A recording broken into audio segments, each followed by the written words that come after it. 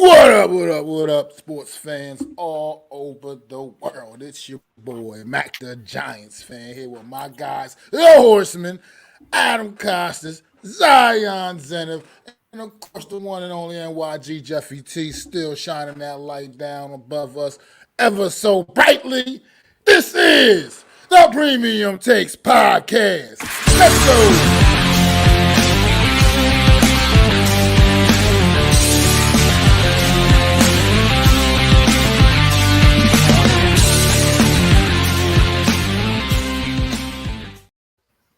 Let's get it. What amazing intro, Mac, as always, coming in the clutch with the intro. But yes, guys, happy Friday to everybody. Thank you for joining us on another Friday afternoon and a little bit shorter show for you guys today.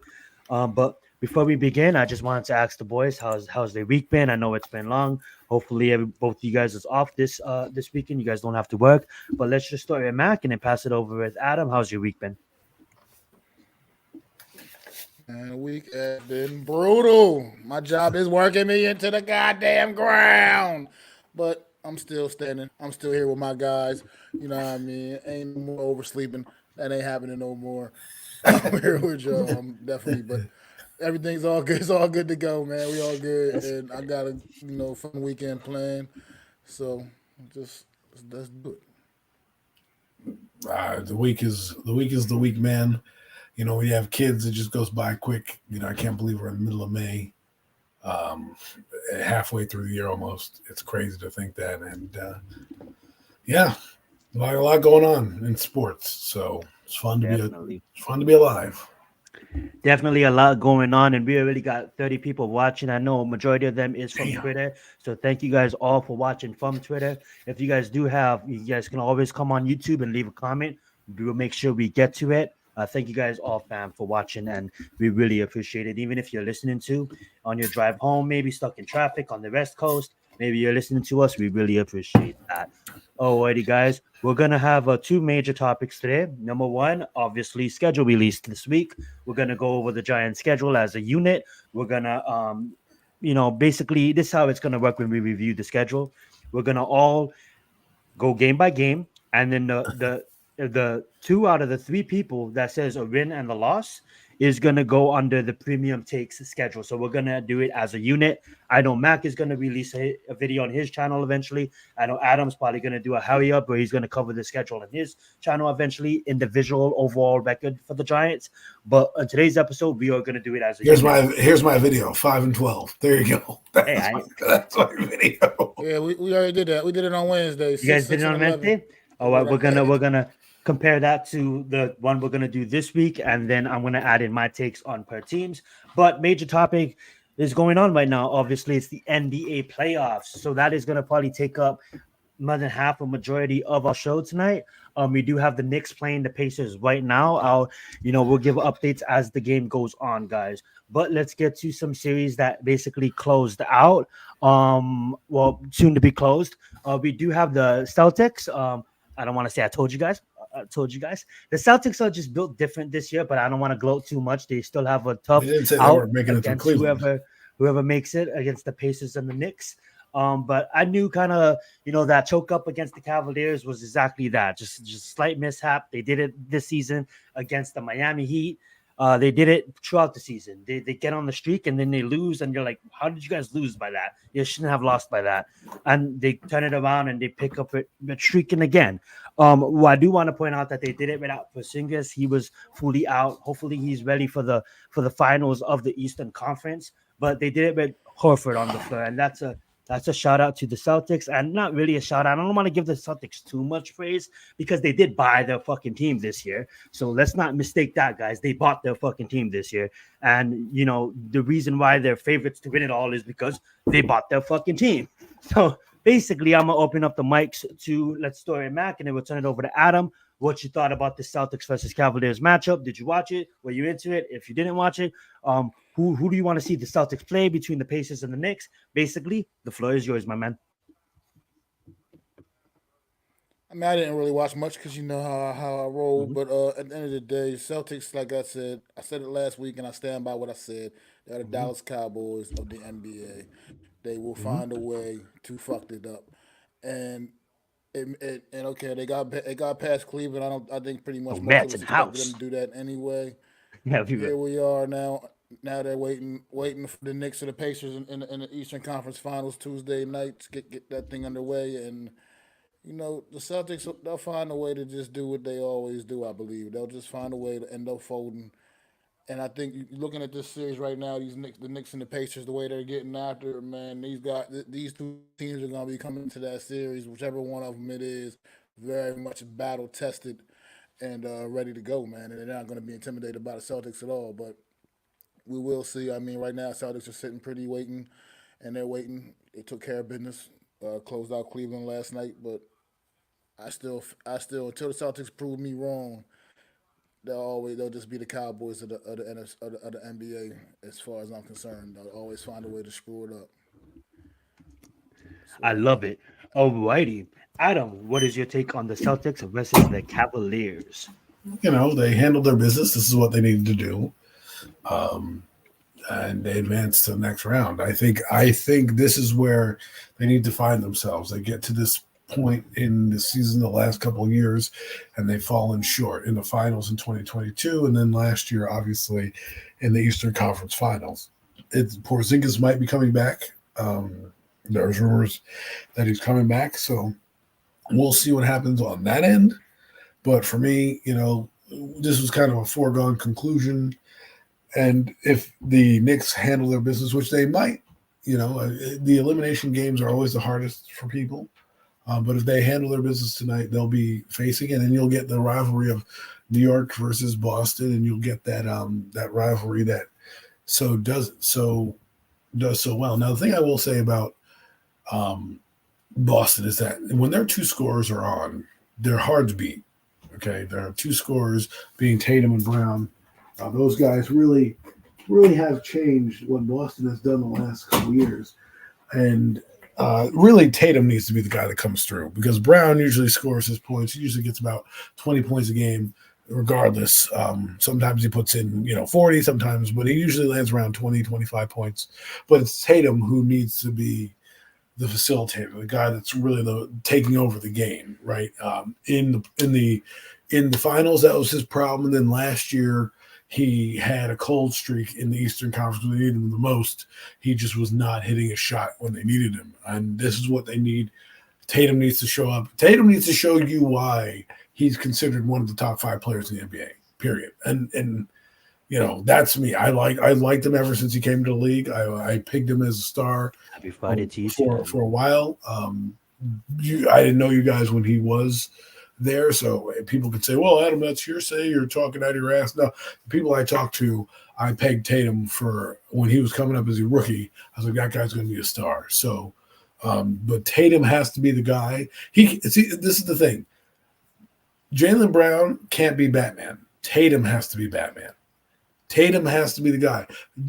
Jaylen Brown is Robin, and he's 100% agree with that. He's a great Robin. But if he's Batman and you have Tatum being Robin, they don't produce the same way. Call me crazy. I don't know why, but for whatever reason, when Tatum doesn't score, it's as if the Boston Celtics can't do anything. Now, if Porzingis comes back, that may be able to help eliminate some of the non-scoring when the scoring drought happens, right? That's why you bring a guy like Horford and Porzingis because they can still stretch the floor for you as bigs. And they're going to need him, Porzingis, if they play the Knicks, because I do believe the Knicks, if the Knicks advance, have a better set of bigs and they clean up the glass a lot better than most teams. And it's because they out-physical the bigs. If you look at the Pacer game right now, and I don't mean to I don't mean to transition into that game. I'm just trying to give you a comparison. The problem with the Pacer game right now is the second chance points have eluded them because the Knicks bigs. So what I'm worried about with these Eastern Conference teams is when they get to the Western Conference and they play a Jokic or somebody along those lines that actually have bigs that can defend and guard and rebound, will they be able to overcome some of the deficiencies that they have? The Knicks were able to do it because of defense. Boston can do it, obviously, because, again, nobody in the East is Jokic, right? So nobody needs to worry about that. So that's what I worry about with the Eastern Conference teams. If they put it together, Boston should be able to handle a series against a Western Conference opponent. Well said, both of you guys, and a lot of great takes you guys made right there. And Adam is absolutely right about that Tatum take. He is supposed to be, and it really is a superstar, but his ceiling is through the roof, and he just gets lazy on the court at times. And I don't know, you know, but there's something that goes on sometimes where he just can't seem to book it. For me, no, you're good. For me, what I see, I call it lazy. For me, he just daydreams sometimes. It's like you need to fully lock in at moments. And I think for the reason why they bring in Derek White, they bring in a Porzingis, they bring in a Drew Holiday is because, you know, Tatum and Brown clearly can't get it done by themselves. And Adam was right on Tatum needs to elevate to that Batman level, and Jaylen Brown being the Robin. And the Max point, absolutely right up facts on that too. It happens every single year. There's Cowboys of the Eastern Conference in the NBA. It just is what it is. You know, I am writing all of my hopes. I don't even have anything in this playoffs. I'm not even betting on these games, but I'm talking like I'm a Boston fan because they got me believing. But Mac is right about that. When you have a team that is like the Cowboys, and then to transition to a team like the Knicks, who just is playing with heart, playing with ambition, playing long minutes, and they don't give a F. You know, they're out here, they're gonna get into your face, they're gonna play great defense and gritty team, and they remind me a lot. Honestly, I know I always try to pull Miami into this, but they remind me a lot of Miami, the way we play it, and doing it with injuries. You know what I'm saying? I love that about the Knicks, and you know, I don't know why I'm not on the Knicks how I should be, being that they remind me a lot of my team. But that being said, we're going to transition. Because Miami fans hate the Knicks. So subliminally, you're not a fan because of all the rivalry that the Knicks and the Heat have had.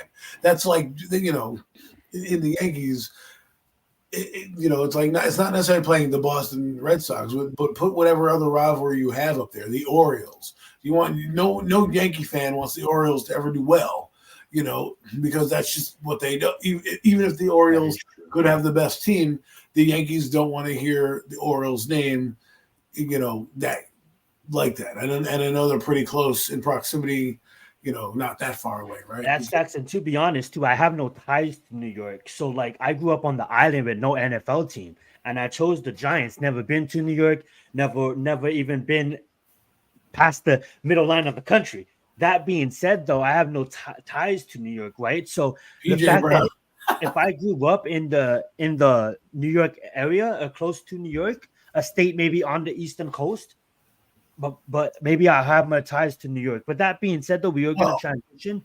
Adam, how about you begin, and then you can pass it over to Mac.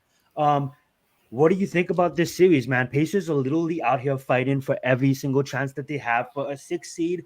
I do want to give them credit. I'm not saying that the Knicks should have swept them. I'm not saying that at all. But the Pacers are out here fighting for everything, man. And the Knicks, I do believe they win tonight's game. That is soon to be decided, though. It's 35-35 tied up right now. But I'm going to let Adam begin and then turn the mic over to Mac. Well, this series has been all that it's cracked up to be. If you've been a Knicks fan, this is a throwback series for you. You know, they're chanting, "Fuck you, Reggie," in the Garden, because obviously Reggie Miller did the famous choke job to them back in the day. And I was telling somebody, I had a phone call recently with a friend who called me and was just checking up on me.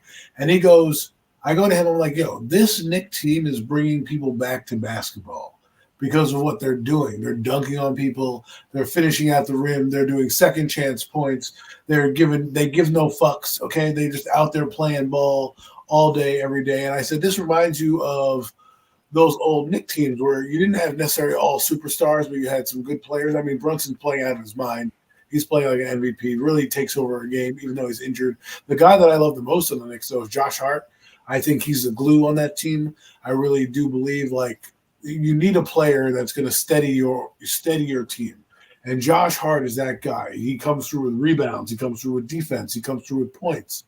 You know, and he's constantly, you know, everywhere. And he's kind of the emotional stick, kind of the emotional glue for this team. Even though they had some injuries, OG is out and a few other guys got injured. Hart's been there, and I think if they don't have Hart, I think they still be good with Brunson, but I think Brunson needs sort of a Robin, and Hart is doing everything that he can.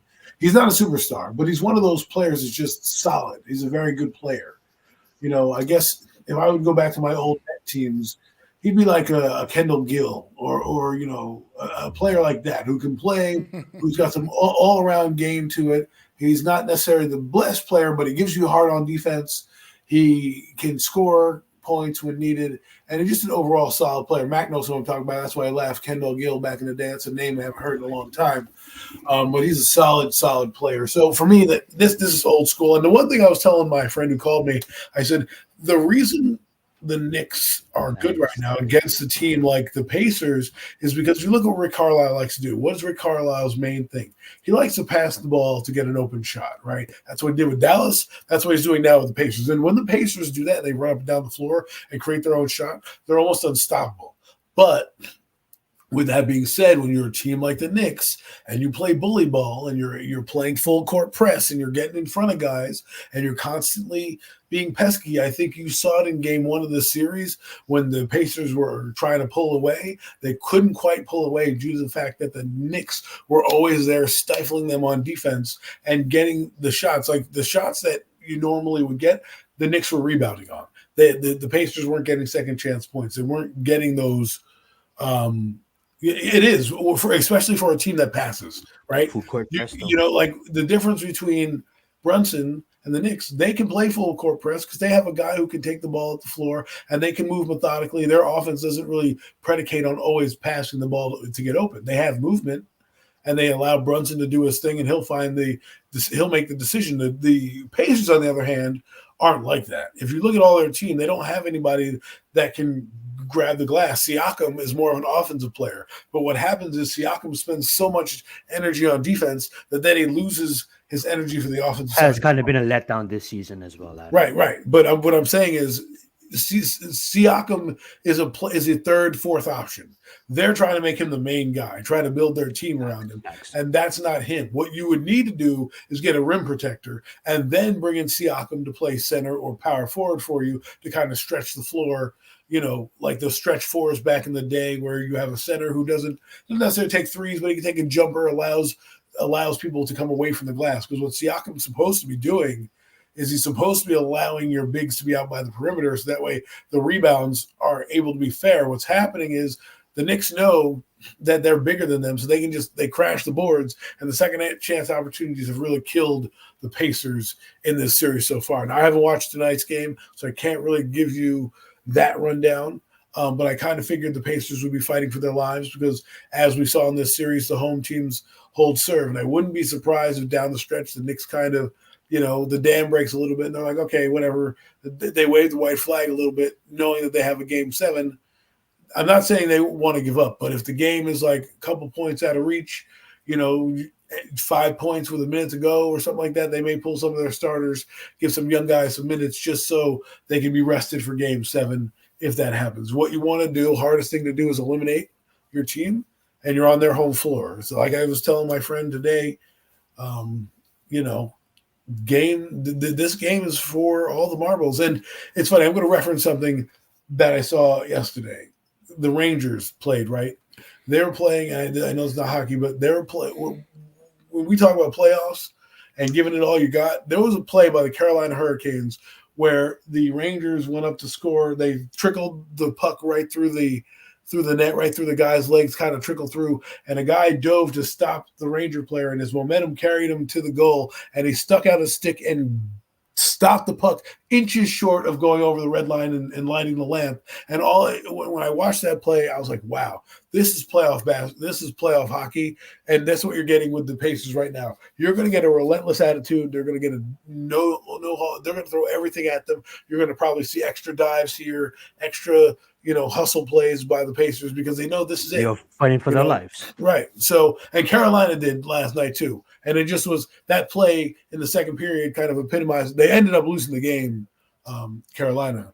but it was just a play that stood out to me that I think typifies what the playoffs are. And I think I saw a lot of that with the Pacers and Knicks, guys doing the extra that you need to do to win these games, right? You look at Denver, they've come back out of nowhere. So I think you're going to see a quite highly contested game down the stretch. And I think the Pacers are best when they run. And that's where they have an advantage, is running up and down the floor. But I'll give it to Mac. I've talked enough about the game. I'll let him chime in. I mean, you said a lot there, and everything was great. I mean, look, this series is just like you said. It's just great, old school Pacers, Knicks. It's Sorry, I didn't mean to see you thunder. it's just to me. No, it's to me. It's just classic, classic rivalries. It feels old school. Old school. If you remember, man, you remember, man. Absolutely, Zion, man. It just gives you that, sorry, that, Zion doesn't know what we're talking about. yeah. I mean, if you had to be there, I mean, the series used to be just so crazy. The way Reggie Miller. I'm just performed happy at you the guys are Madison Square enjoying Crowd. basketball. I mean, That's what I'm him happy and for. Spike Lee. Him and Spike Lee were like a legit rivalry, man. They like really couldn't stand each other. Reggie and Spike Lee, man. Like it was just awesome back. It was great. But And now they're cursing at him and stuff. But it was funny. It's funny you say that, Mac, because Let Mac talk, Adam. Let Mac talk. One second. I just want to touch on what Zion said. You said to bring us back to basketball. I think the Knicks being in the playoffs does that for everybody. Brings them back to basketball when they're good. Sorry, man. I love that. No, you good. That's facts. That's facts. no, absolutely, that's a great point. And then another thing you just brought up when you brought up Josh Hart, man. Like Josh Hart is that kind of guy that every team needs like at least one Josh Hart on their team, man. Like he's that kind of I don't want to say dog. I don't want to really say grimy, but he's going to do what better it than takes. that, He's though. going to keep working. He's going to grind, man. And like you said, he hits you from all angles. He gets the rebounds. He plays the defense. He scores the points. I mean, the kid can do a little bit of everything. Like he'll never necessarily be the best player on the court, but he's gonna work your ass off. He's gonna make you earn everything you But get. his impact is So felt, shout though. out You know to what I mean? Josh Hart, man. Absolutely. So he does it. I mean, he was the same kind of. This is what got him drafted in the NBA because at Villanova when he went to Nova, he wasn't expected to be, one of their top guys necessarily. But at the end of the day, he with that work ethic went out there and he did what he had to do, and he was a big time contributor on a national championship team. So Josh Hart, man, is out there balling. So he definitely deserves the accolades you just gave to him. You know what I mean? Shout out to Josh Hart for real, no doubt. Who's the other guy that But this plays has for been like Villanova? I said, It was Brunson. said Wasn't there three of them on the and Knicks that played? DiVincenzo. Oh, okay. I didn't Yeah, know that he. DiVincenzo. Yeah, he was the MVP of the Final Four when they won the national championship. But Wow. yeah, this team here, man, which is what got him drafted in the NBA. As a matter of fact, was that run he had in the national tournament that year. But let me stop. I'm going down. Well, let me ask you Back this to question real quick. Villanova. Do you think the NBA is going to do more of this? Try to bring players from college and put them on the same team if they can, because of the chemistry that they're seeing with the Knicks right now. Because I do believe that has a little something to do with this, understanding each other's flows. I mean, they're different play. Obviously, it's the pros, not the college game. But do you think more teams are going to say, "Hey, listen, that might be a decent strategy to start implementing"? I mean, we'll see how far the Knicks go with it, man. See what kind of success it does truly bring them. I mean, right now they're on a good run, but at the end of the day, there's everything that you said. People do everything's a copycat league. So if something works, see something that looks like it works. You never know what teams might do. You might have the kind of mindset they might go after. Say, let's try to bring Seems to work college with teams Burrow. back together or whatever. Burrow and Chase seem to work for them. So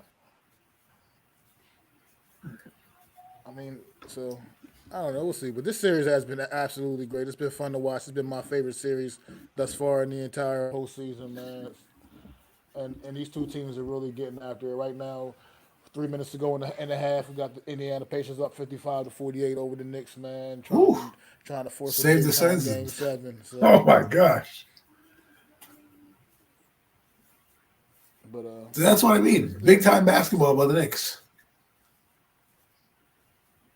Well said, boys. When they're good, Oh, it's right. different. When New York is good and they're in the playoffs, it brings teams together. Either you hate that part of the city, like if you're a Yankee, the Yankees are in the playoffs, you're watching for two reasons. You're watching because you're a diehard Yankee fan, or you're watching to see if the Bronx Bombers, get their shit pushed in, right? So when the Knicks are good in basketball, I think it changes what everybody does. I think they get back to watching the game and getting captivated by the Knicks because they are the what we call the Mecca of basketball. So if they're called the Mecca, you want the Mecca team in there every year, and I think they're doing a great job. Thibodeau should be coach of the year in my eyes. I don't think he will get it, but what he's done with that Knicks team in the few years he's been there, I knew he was going to change him when he got hired. I remember when it came across the radio, the Knicks hired Tom Thibodeau. I said, finally, the Knicks have done something smart, and they got a coach who will get the best out of them. So, well said. Shout out to the Knicks, bringing back a good basketball and good sports in general to New York. Hopefully, the Giants can do the same, but I digress. That being said, we got the Thunder and the Mavericks, a series that totally shocked me. I mean, like, who am I to pick against Luka? I mean, like, he is one of the top, if not the top 3 superstars in the damn league. This guy does it all. But obviously, the chemistry with Kyrie Irving hasn't really been working all season. And then all of a sudden, they go against OKC, and then they want to be a team. So this series absolutely shocked me. I said last week that they don't have the role players to get it done. And the role players has absolutely been showing up. Kyrie has absolutely been showing up. Luka is just Luka, unicorn in himself. But that being said, I'm going to open up the mic to Mac first, if he's here. I want to hear his thoughts on the Thunder versus the Mavericks. I believe that the Thunder can still climb back into it. Look what happened with the Denver Nuggets. But we'll talk about that after this game. That being said, go right ahead, Mac. What's your thoughts on this series?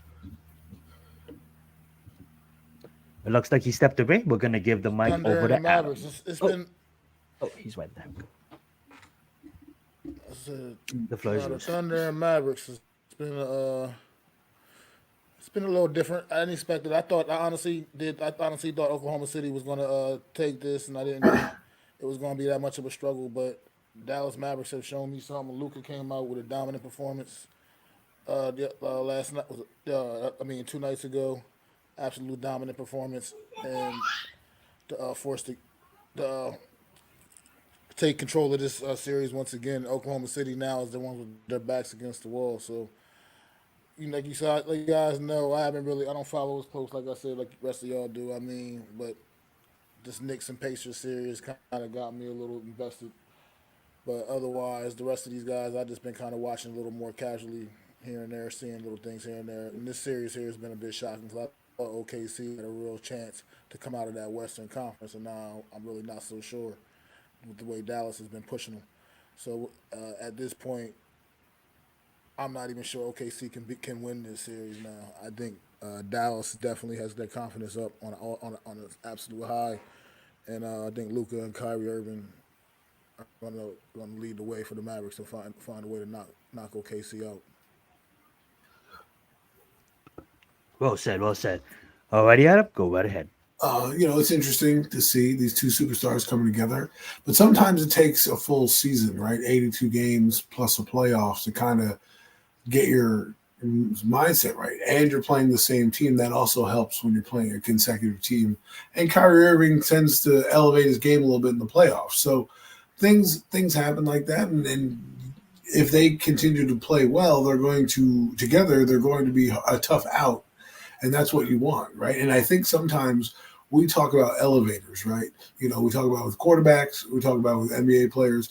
When you elevate somebody and you make them better by just your sheer play alone, that allows role players to play their roles, right? When you played with Michael Jordan, you needed to play on your level, on his level, on your best level. He's not going to make you, he's going to demand from you to play your best. Right. So if you didn't want to let him down, right? Same thing with these players.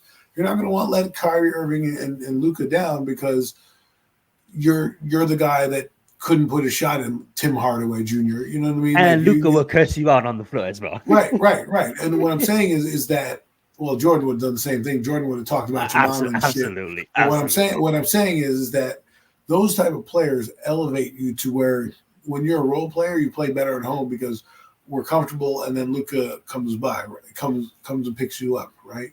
And I think that's what happens when we talk about the Boston Celtics, right? Can the Tatums of the world and Browns elevate their role players? Because when they play well, their team plays well because they, the matchups are now, oh, I got to go double Luka now. I'm open on the cutter. I'm open on the 3-point line. I've got to now just do my job and get the ball in the basket. And that changes everything. And the fact that Kyrie Irving is playing a little better, I think the chemistry. The funniest thing is they brought over basically the same player, like a ball hog. Kyrie Irving is not a guy that, and is not like who's a good player to come. That would be a good comparison, I guess. Whatever wing player you would like. Let's use Devin Booker for example. If you brought in Booker with Luka, I think you'd have a good matchup. Yes, that's true too. Somebody that can be a shooter / slasher. Kyrie Irving's a point guard, but so Luka's kind of has point guard skills and tendencies as well. So when you have two of the kind of similar guys that are the focal points of the offense, sometimes they need to play off each other. It's the same problem with Westbrook and Durant. The reason they didn't mesh well together is because they both were ball hogs and didn't understand how to, put their games and layer their games together. That's why Jordan and Pippen worked so well. Pippen could have arguably been better than Jordan in all respects. Don't forget about Dennis. Dennis. Dennis Rodman too. Absolutely. But what I'm saying is, like, when you mesh their styles together, they didn't butt heads because they played within the game within each other, right? And so they knew what they were doing and it meshed well. I think this took a little while for them to mesh because you got to kind of find your niche, right? I think Kyrie Irving is starting to realize, this ain't my team. I'm the Robin to the Batman, which is Luka. Luka is team, right? That's and right. So let's see if they can get that chemistry. I don't know if they hang out on and off the court, but if I were them, like they do in WWE, and you go sit down ringside, I would start to watch my opponent a little bit when I get my chances. Just if I have an off day, You know what I want to see? I want to see like Kyrie just become that. You said it perfectly. Like I mentioned Mitchell, but you said Booker, and I love the reason why you said Booker because it is really he needs to become Thompson to Curry. You know what I'm saying? Yes. So if he becomes that Thompson type of player, I can see Kyrie easily putting up massive points a game, and it's game changing. You know what I'm saying? Right. It'd be like, do you bring in 2 Steph Currys? That would be dumb. You need somebody that's going to complement his kind of game. And I think what happens with Luka is that he's an all-around player. He can do everything on the floor. But he leads the team in rebounds. Like what's going on? He is what we call a succubus in terms of he takes a lot of possessions away. And if you're a guy that needs the ball and has possessions like Kyrie Irving, it tends to slow what Luka's doing down, right? So if you brought in a guy like a Booker, Luka can run up and down the floor, push it. Like that pass that he had for the alley-oop the other night, where he threw a dime from like 90 feet away, was absolutely a thing of beauty. And that's what I'm saying by like how Kyrie Irving has to play. You've got to be able to just find your shot, take your shot. If you have the ball, Luka's going to do the same thing. He's going to move around to try. You got to start to counter each other's style. Otherwise, you're just going to be the same player, and people are going to defend you the way they're going to defend you. I don't know if he needs to be more Batman. I disagree. Because I think Luka needs to be the guy that needs to be Batman. Luka is the guy, honestly. Because if you think about it, Mets for me, that is that's the big 3, right? Giannis, Jokic, and Luka, and the only thing that separates Giannis and the Joker is championships. I think honestly, for me, Luka's number 1 on that list. And the only reason why Luka's not number 1 is because both of them have championships. If Luka gets a championship, let's see how the debate changes. I mean, like Luka is out here really like balling, and I can't say the same for I can say the same for both of them. But if you really think about it, Giannis been hurt every playoffs ever since he won the championship. And I can't talk bad about Jokic. That's why he's the number one player in the league right now. But if you Because he has championships and he's putting in the work. Go right ahead, Adam.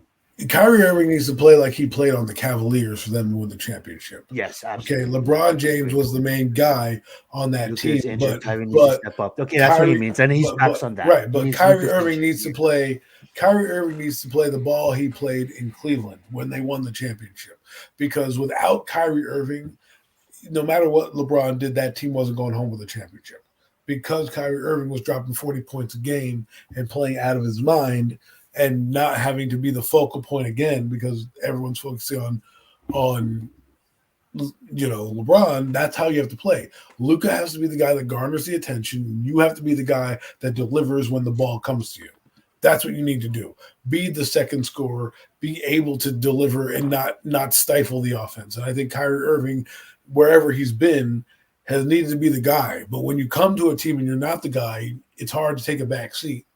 That's absolutely what happened in the first year at Miami, and that's why Right. not to take anything away from Dirk. They whooped our fucking ass, but we couldn't pull it. You know what I'm saying? That being said, no Mets is right on that point. I mean, like, Luka is injured, and Kyrie really needs to step up and for the sake of the season, play a bigger role. But when Luka is more healthy, Adam is absolutely 100% facts on that. Kyrie steps back and be that Robin, what D Wade had to do the last year of not the last year, but when LeBron came to Miami. King Todd, thank you so much. And I think It. the OKC is a little vulnerable because they're young, right? Oh, And absolutely. you haven't really been in this position. I mean, Lessons. yes, maybe in college you've won some games, but I believe, if you look at it. Do you think Shea not winning the MVP kind of fucked with his mind? No. Well, to me, I think if you're in the conversation and you don't win it should put a chip on your shoulder. It should make you mad, right? Oh, I didn't win. That's a good point. I'm going to show you why I should be the league MVP. I like case in point. Okay, I was listening to Twitter, not Twitter. It was TikTok or Instagram, one of the two. It doesn't really matter. It was a social media platform, and Shaq is talking to Kobe. And they're talking about the championship in Miami that he won. And Kobe goes to Shaq. He's like, I needed you to win that championship. And he's like, you think I was going to win it? Shaq said in this big, deep voice. He's like, yeah, I needed you. I needed you to kind of win it. And Shaq's like, I needed to win it for myself. But he's like, I needed to win and you to win it to validate that you won it so I can go out and have fire. He said, once you won that championship, I went to the gym and put up 1,000 shots. I started to do my training right then and there. I needed that extra motivation to do that. And I think, people don't understand what a Mamba mentality is, right? And what I'm getting at is that sometimes you need that extra motivation. And if you got snubbed on the MVP voting, then you should go out there and be like Brunson. I don't know if Brunson's the MVP, but he plays like an MVP sometimes in some games, and you're like, that's why you deserve to be the MVP. Because you take the game over sometimes and win. And that's what you need to do. And this kid needs to be, 31 points a game. 31 points a game is phenomenal, right? But you need to be, I'm better than Jokic. I should get it. Like that's what I'm saying. Yes. Brunson's playing. Show up against Luka right now. Luka, you know what I'm saying? Like you're Right. playing against Luka. You need to show up right now. Not like he's not. But I agree with you, Adam. Continue. And that's basically all I want to say about the OKC side of it. It's just kind of like if you asked if it would fuck with his mind. If anything, if you're the competitor that I want you to be, you need to be the guy that takes over the game. Like Murray sometimes. When you watch Murray and he gets clutch and he's healthy for for Denver, excuse me, he's unstoppable. You can't stop him because he goes to the lane, he creates shots. All of a sudden, next thing you know, in the blink of an eye, you're down by 10. And that's what this guy needs to do. 31 points is nice, but if you're not winning, what is it? Just you're filling up the stat sheet. That's absolutely facts. Alrighty, guys, as we move on to our final game of the night that we're going to be discussing, it was the Nuggets versus the Timberwolves. Timberwolves got up to an early start, leading 2-0. I think this is the team I picked. Nuggets. It is, absolutely. Here comes the Nuggets fighting its way back. I have to give a massive shout out to Ant, though. Anthony definitely becoming an X factor in the series, right up there, emerging as a young stud in the NBA. Soon will be probably mentioned. But who knows what could happen? Don't wanna talk on that just yet. But that being said, Anthony Edwards is absolutely performing, absolutely having a great year. You know what I'm saying? Only 22 years old. Breakout season, I would say, was kind of last year, but had a majorly much spotlight on him probably this year, and it definitely helps when your team takes it into the playoffs as the third overall seed, and then going out there and tying the series up against the reigning defending champions in the Nuggets. Absolutely a storied Man, team in itself. the Nuggets look like they packed it in Game 6, huh? God. Definitely. I don't know how, honestly, like I said don't count out the Nuggets after they got up 2-0, but I don't see how the Nuggets pulled out a victory in Game 7. I actually am turning against the Nuggets here. Yes, I am. I'm right in Ant, man. This kid reminds me of a young LeBron James. You know what I'm saying? He said LeBron question mark. I don't know if that what she was mentioning, but I feel it. If that was she was, I absolutely feel it. This kid reminds me of a young LeBron James. And that being said, though, I know Mac. They were This is comparing his him to team that he Jordan. picked. I know that's not going to fly well with some people, but Well, they're well, picking well, him well, next to he's Jordan. nowhere close to LeBron James right now. I'm just saying he reminds me of a young LeBron James. But that being said, I love that. No comparison to Jordan. Get out of I here. love that. But I'm gonna let Mac talk first because obviously he hasn't talked in a while, and I know he's really focused on the Knicks series, but I do want to get his input on the Nuggets and the Timberwolves. So go right ahead, Mac. Take it away. 45-point beat down in Game 6, man, for the defending champs. I mean, I didn't see that coming, honestly. When this series got started off 0-2, and Minnesota went up Greatest 0-2, crybaby. 2-0. It looked a little suspect for a minute. I was wondering what was going on with Denver, but then when they came roaring back and took the next 3 games, I just thought for sure they would come out there with more energy than this in Game 6 and just go ahead and put the T Wolves out of their misery on their home court. So the fact that they took a 45-point beat down and now got to go have another Game 7. Granted, it's going to be in their building, but at the same time, it's just disappointing. I feel like this because I think they really had an opportunity to go ahead and just wrap this series up and get a couple extra days rest. But nonetheless, I do believe they will pull it out in Game 7. I believe that after getting embarrassed like that in Game 6, I think this team will come out the defending champions, led by their superstar, like you mentioned earlier, Joker. Absolutely one of the best players in this league right now, currently by far. It's not even up for debate. I think he'll lead. I think he'll lead the way, and I think that this team will pull out Game 7 victory. But at the end of the day, I think that they should have really took care of their business and end this series last night, and to just go out there and just get absolutely humiliated. And I mean, nothing. They couldn't buy a bucket. I mean, everything was going right for the T Wolves, dominating on the glass. I mean, 3 players with double-digit rebounds, including one off the bench. I mean, it's just unbelievable what the T Wolves were able to do last night to the Denver Nuggets. So I look forward to Game 7 because I love Game 7s, and I definitely will be tuned in for this one on I believe is that Sunday night, I believe. Yeah. Yeah, But I'll should be definitely be tomorrow, I tuned in believe, for huh? Game 7, man. Is it tomorrow? Oh, maybe tomorrow. And Oh my yeah, it's bad. tomorrow. I guess it My is bad. It tomorrow. says Sunday right here on my bad. My bad. Yeah, it's Sunday. Well, all right, whatever. Whatever the fucking day it is, Whatever Sunday. day it It's is. been confirmed that it's Sunday. I'll Yeah. be tuned in for it because it should be a great Game 7. Absolutely. Well said. Well said. And sorry for that confusion, people. If you guys obviously have the access to the internet, it is Sunday. If you guys was watching that, I didn't have to correct that. Obviously, you guys could have Googled it. But yes, guys, the game is on Sunday. Sorry for that confusion. Not to take away from that amazing take by Mac. Absolutely well put. Back over to you, Adam.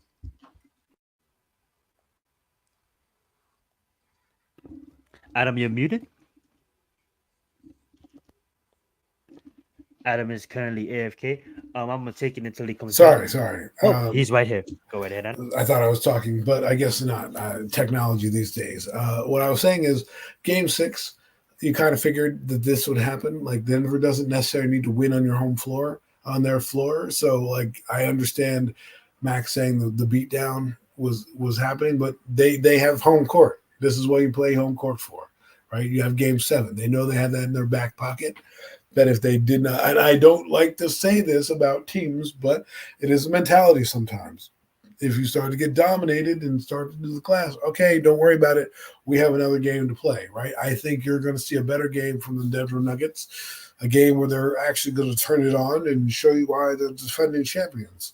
And not to take anything away from Minnesota, they're not intimidated at all by playing in Denver, obviously, because they won the first 2 games there. But what I'm saying is, I think Denver will have a chance to do what everybody wants to do in Game 7, and that's have your home. You're at your house.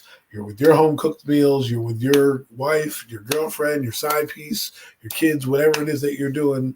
You're there, and it changes people sometimes. So.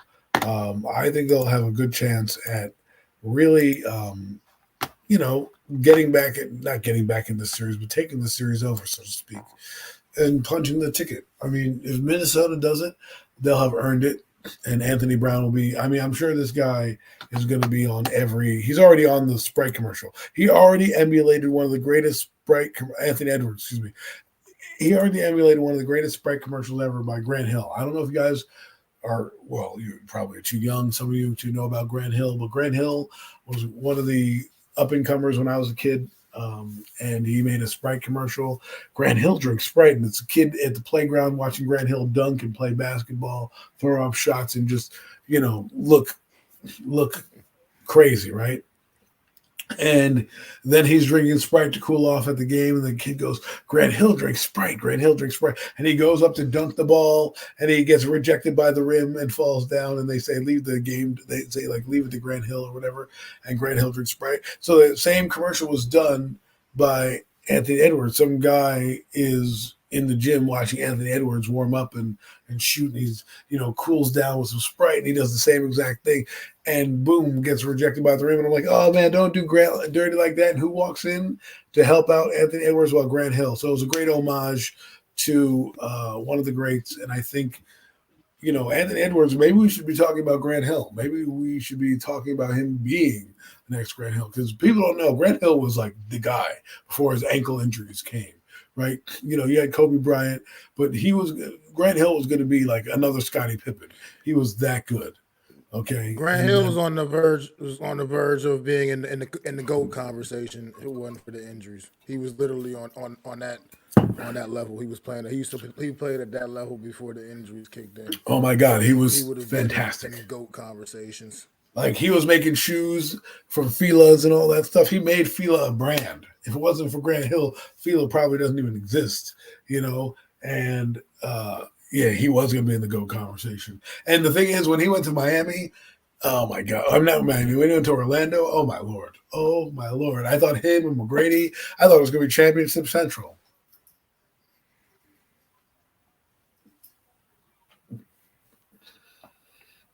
Well said. That was the Wikipedia for Grant Hill, guys.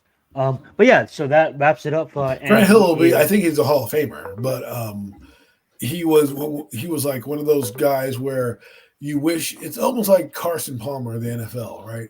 You wish he didn't get injured, because if he didn't, he probably has a better career than you remember him by. Carson Palmer was a good player. When he was coming in and he was cooking, he was on the verge of being one of the top quarterbacks in the game when he was coming in. He was going to rise up to be the Peyton Manning. Then he blew out his knee, and then went to a couple other teams and never was quite the same player that he was. And the same thing with Grant Hill. You're like watching this kid just dominate, like, all over the place. He came in, I think, the same year as Jason Kidd, and he was just like, he was just a phenomenal basketball player. So it was sad to see him not make that potential.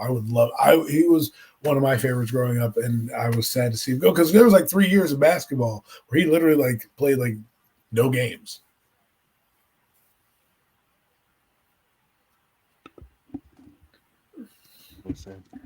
Alrighty, guys, as we Second transition half to underway. Second half underway in Indianapolis.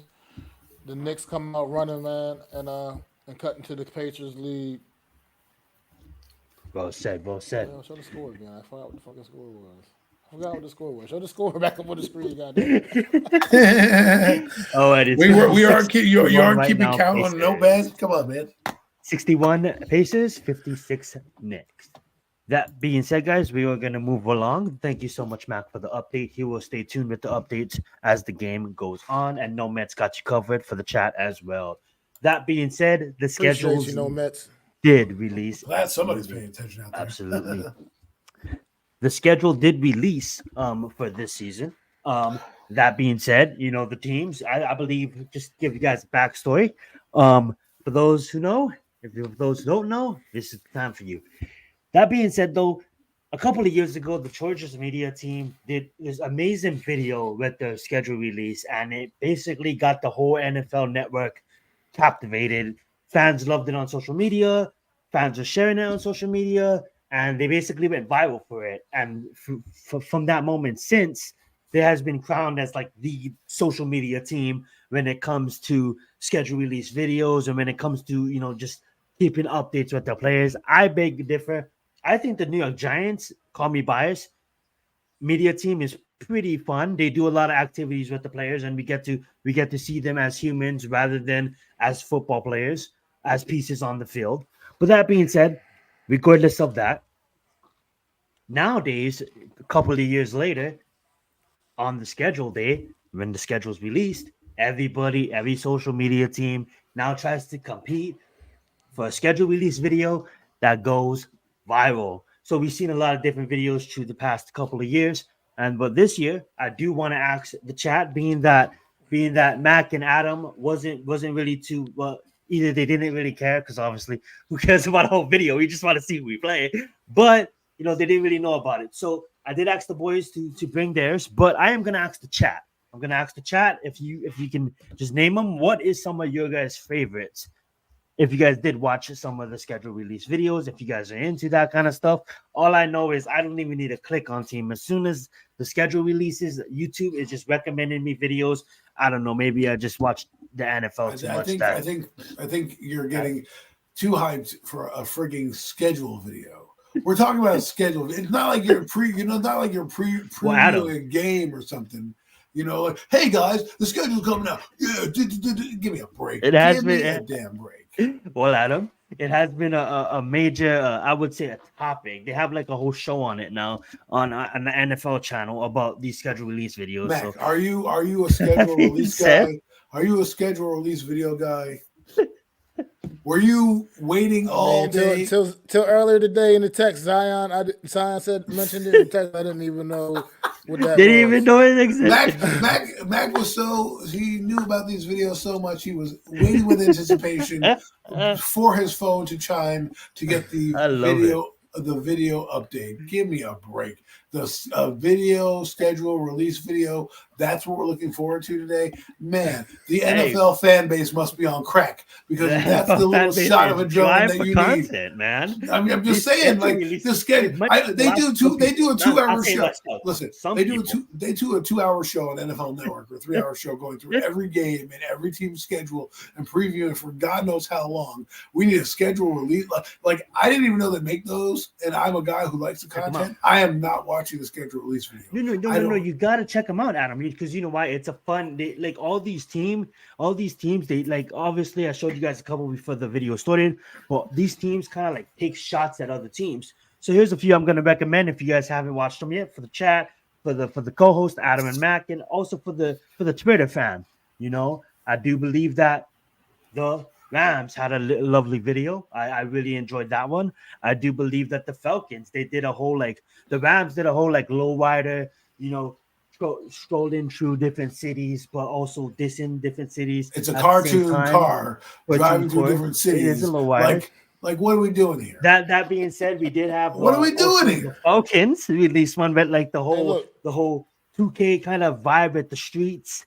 kind of dissing on different teams. I thought that was kind of fun. We did get the Jacksonville Jaguars released kind of like an X-Men 95, kind of like a theme. Ooh. Well, yeah, that was pretty fun. And then also we had the Cowboys, not to shout out the Ops, but they kind of just like called Plenty people of time just like left, Miz. Plenty of time left.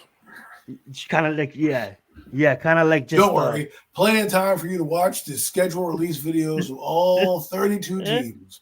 You know, because if that doesn't get you excited, Right, I don't know what it is. You know, it's the offseason, Adam. We have to give these guys Look. these Real NFL quick, fans 'cause content. we didn't touch on Continue, this man. on Wednesday.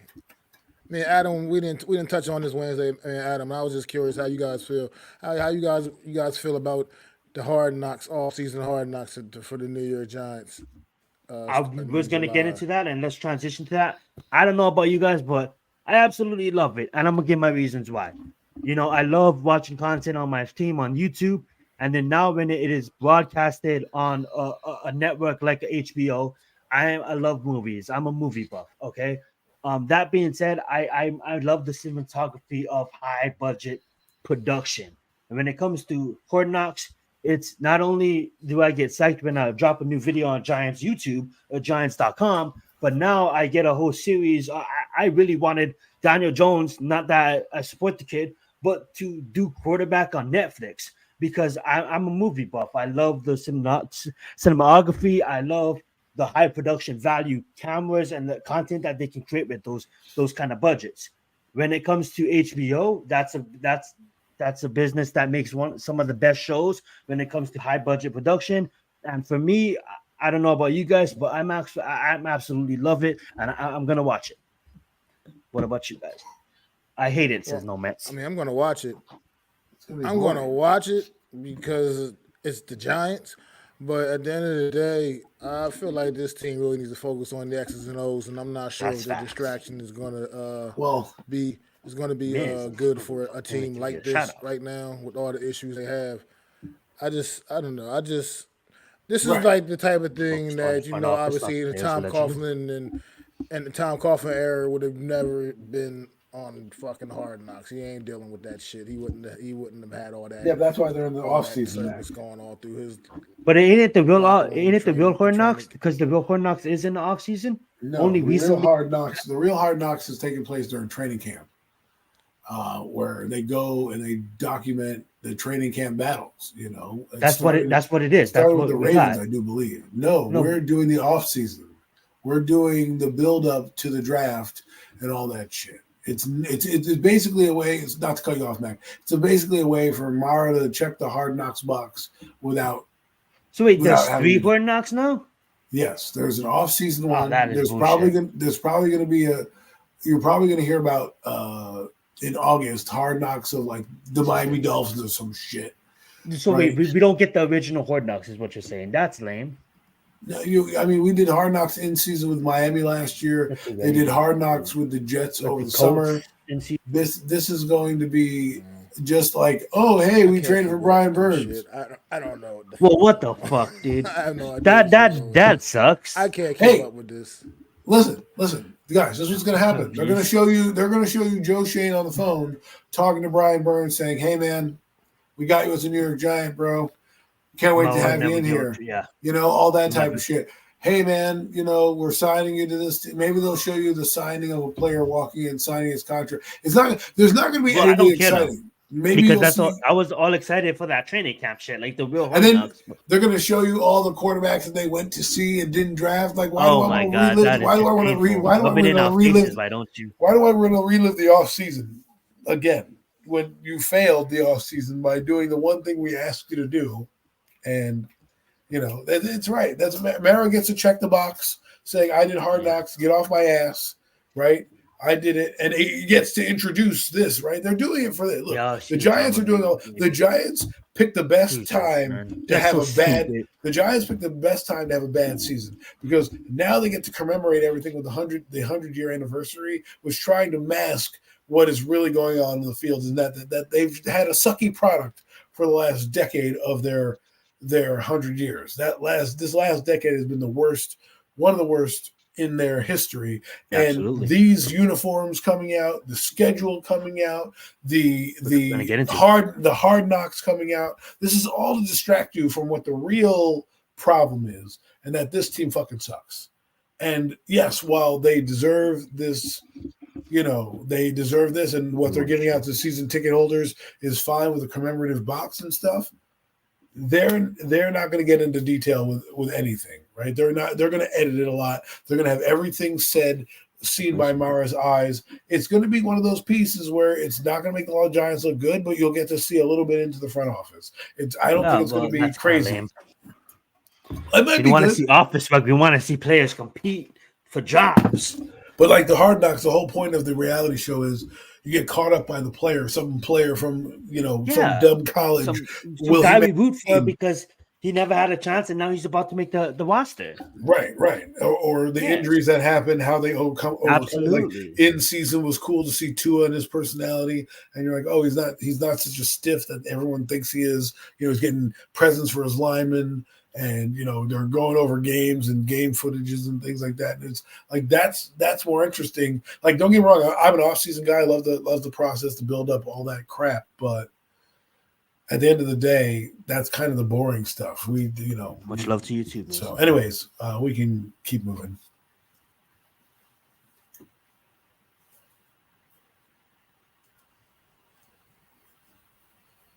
You're muted. You're muted. Oh, sorry. As we move on to our next topic, thank you so much. I was muted. I do want to say shout out to the fam though in the comments right now. We have Miz in the building. We have No Mets in the building. We had Daniel in the building. 58 people. Love it, baby. 57, 58 people watching. Let's get it. Thank you guys so much. For the family, see you guys too. That being said, the boys did break down this schedule on Wednesday's episode of the NFC East Roundup. But I'm going to ask them, and then I'm going to either agree or disagree. So that's what we're going to do tonight. So week 1, we're going against the Minnesota Vikings. I want to hear from you guys. Did you guys have the Vikings winning or losing this game? Oh, well, here we go. Let me put it to you this way. Well, I'll do it with the first 2 games because I think the real part of the real hard schedule is the week 3. But I have them splitting between the Vikings and Washington. Doesn't matter who they win to. I think they're 1-1 at the worst coming out of going into week 3. Because I think the Vikings are not afraid of us. And going into Washington in their home opener, it's going to be a tough place to play. I could easily see them losing that game as well. What they don't want to be is 0-2. If they go 0-2, they're fucking done. Gotcha. All righty. What did Max say about week 1 against the Vikings?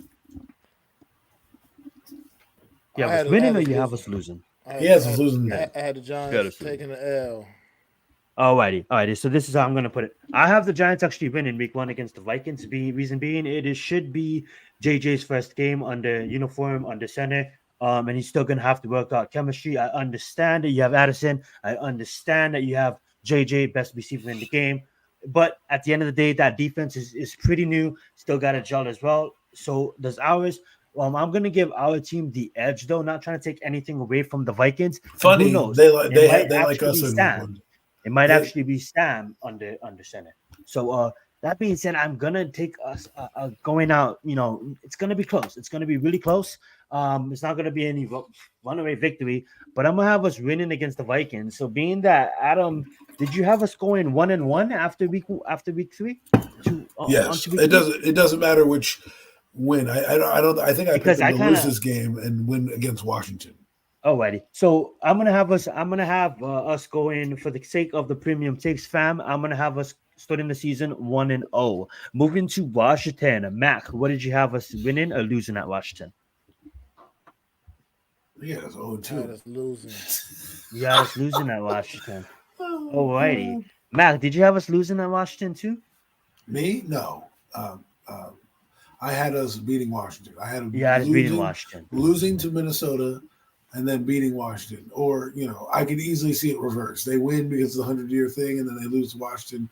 It's a toss-up, but I'm going to, for this, I think I said, didn't I say on Wednesday Washington win, right, Mac? If I'm not mistaken, I think I said they would beat Washington here. Or maybe I was wrong. Not giving up. I, I think you actually had them beating Minnesota and losing to Washington. Right, there we go. There we go. So we'll do it like that. And the reason why I said that was because I think it's a hostile environment, and I think people don't underestimate the power of being a home opener, right? And they don't really know much about Jaden Daniels, and he's a guy that can hurt you with your legs. And people think you have to be crazy to win. Like, no, Daniel Jones won throwing less than 200 yards a game. Okay, that guy was in his 5th year. You don't think they can do that with Jaden Daniels, who's probably a more talented player? Please. Lovely. For the sake of the Premium Takes episode, I'm gonna have to just play my trump card, and I'm gonna have us starting off the season 2-0 because I have us going on a long losing streak. And I honestly agree with Miz in the chat. I see us winning against Washington, starting off the season really strong, 2-0. Everybody's high and dandy, and then we go into this gauntlet of losses. Not to disrespect, guys, but I'm gonna have us starting the season with 2 wins. If you guys can accept that, I would really appreciate it. Can we move on to week 3? No, we accept it. I mean, that's what the NFL wants us to do too. I'm just saying, don't sleep on Minnesota. I have us losing now. I'm gonna be honest with you guys. I have us going on a 6-game losing streak. Yes, I said that. Someone's getting fired. I have us going on a 6-game losing streak, and I'm gonna explain it right here, and I'll let the good boys explain it. The Browns defense is just too strong for our team right now, and if Myles Garrett is healthy, he's absolutely gonna fuck up Evan Neal. I'm sorry, it's gonna happen. And if Daniel Jones is the quarterback, he's gonna be a deer in headlights, and it's gonna be a bad out for them. No matter what our defense is probably gonna be yelling out our offense at halftime. That being said, moving on to the Cowboys, it's just gonna be the same thing. We're just not ready for that level of competition. All right, moving on to the Seahawks. This is gonna be a struggle. It's gonna be a back and forth, and then I can see the Seahawks clearly pulling ahead and winning the game. But I don't want to get too far ahead. I want to rewind the time. It's not Zion's schedule. This is Premium Takes schedule. So I want to hear your guys' thoughts on the Browns, the Cowboys, and then to the Seahawks. Go right ahead, Matt. I like it that Dallas called me crazy. To the Browns. Absolutely. Losing to the Browns? I was losing to the Browns. I think the defense will just smother our offense, and I just don't see it us winning that football game. Dallas Thursday night short week coming off of a tough game against Cleveland. No fucking way.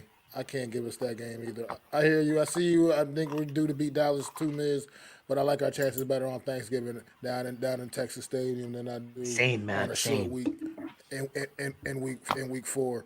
As far as Seattle, this is where I got the Giants winning this is where I personally had the Giants winning their first game of this season.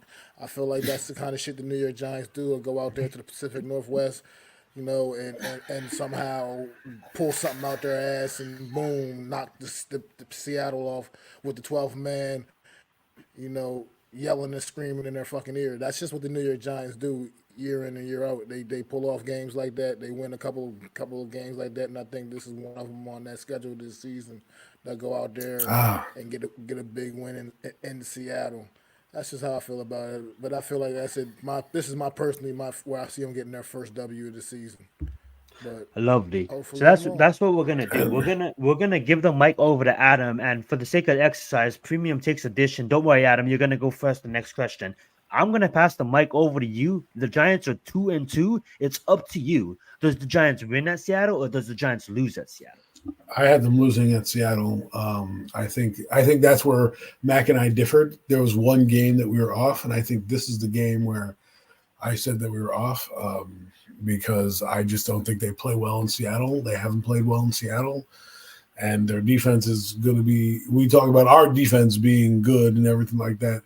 Their defense is good. What I want to say is we're going to get railroaded by Cleveland. Their defense is championship caliber. Yes.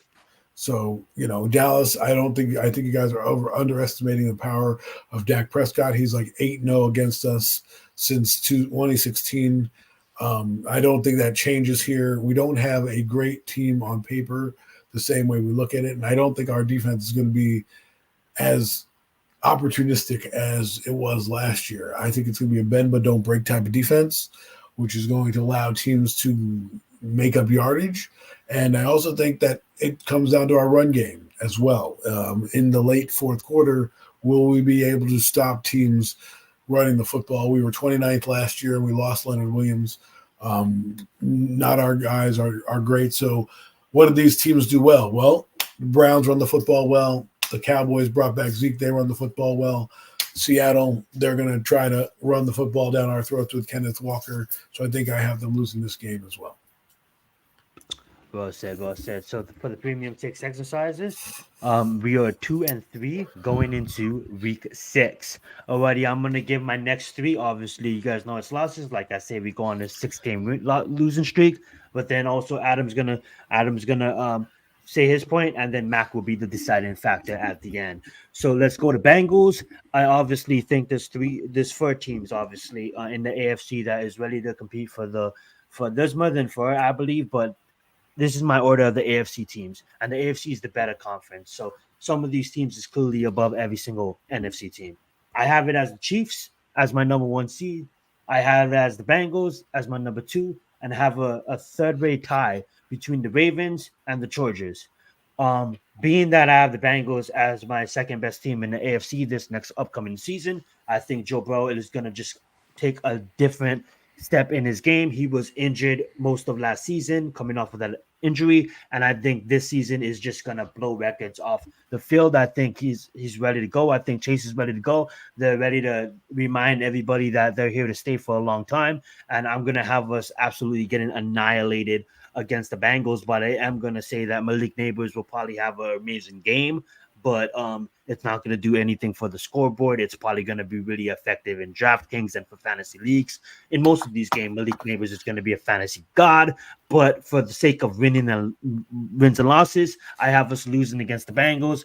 The Eagles, obviously, their team on paper is fucking scary. No matter what anybody says, they improved. And how do you improve? You have a wizard that is basically just a salary cap god in their GM, Howie Roseman, and they just manipulate the cap and take advantage of the cap, and the NFL just feeds them players in the draft, and it's just a wrap. So I don't know how we win against the Eagles, but I would love to see what you guys have to say. And the Steelers is my dark horse, honestly. They have a really, really great defense on paper that a lot of people is just overlooking. And I don't understand why they're overlooking the defense. And they have 2 quarterbacks that I don't care who is playing. They both can function with that offense and that playmakers that they have on that offense. And I think the Steelers as a whole, their defense is, I believe, going to be one of the top defenses in the conference. And not only that, in the league coming up this upcoming season, if everybody stays healthy and they produce. So that's why I have us losing against the Bengals, the Eagles, and the Steelers. I'm going to let Adam take it over, and then we'll have Matt be the deciding factor. I just wanted to mention one thing. I think Miz here says he disagrees about the defense. Just because the defensive line does damage doesn't mean you're going to have a good defense. That doesn't mean anything. Just because guys get sacks doesn't necessarily translate to quote-unquote wins, right? Because what we need here is, if you think about it, Brian Burns had 8 sacks last year. Kayvon Thibodeau had 11. Between the 2 of them, that's 17 sacks combined. That's 1 sack a game between the 2 of them. So my point is, the defense is going to be a solid unit, I think, because of the talent they have. If anyone gets injured, they're kind of screwed. But the talent that they have a young secondary, and they're going to be playing a guy who doesn't believe necessarily in playing man coverage the same way that Wink Martindale did. So what that means, you can play a lot more zone, so you can let the front 4 get there. And what that allows you to do is to move the football up and down. There's going to be holes up and down the field. So, I don't think I get you guys are overestimating the defense. The defense was ranked 32nd in the league. They were terrible last year. They turned the ball over well last year, and they kept us in games because they had a decent red zone efficiency. What Shane Bowen's defense was last year, it was 17th last year. They had a good front 4 in Autry, Landry, Jeffrey Simmons, and I forget who the other guy was on the other side. Is decent front 4, decent linebackers. They were bend but don't break. They weren't great in turnovers in the turnover game. They weren't great against the run last year. They weren't overly great against the pass. They were middle of the road. They're like 17. I can get the actual numbers up for you. I think I actually might have them. Did I drop them? I might have dropped them off, but oh, here they are. It's Fox numbers. So defensive stats. No, that's not the NFL stats. The point is, the best thing that they did last year, the Tennessee Titans, was red zone efficiency.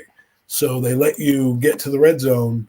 They let you move up and down the field, but then they didn't let you score. So I think that's where people they see the strong D last year, and I'm just wanted to point that out real quick. As for the games, Bengals, I think we're going to lose. Joe Burrow is good. The Eagles, I do believe that game is at home. That's going to be a Saquon Barkley reunion.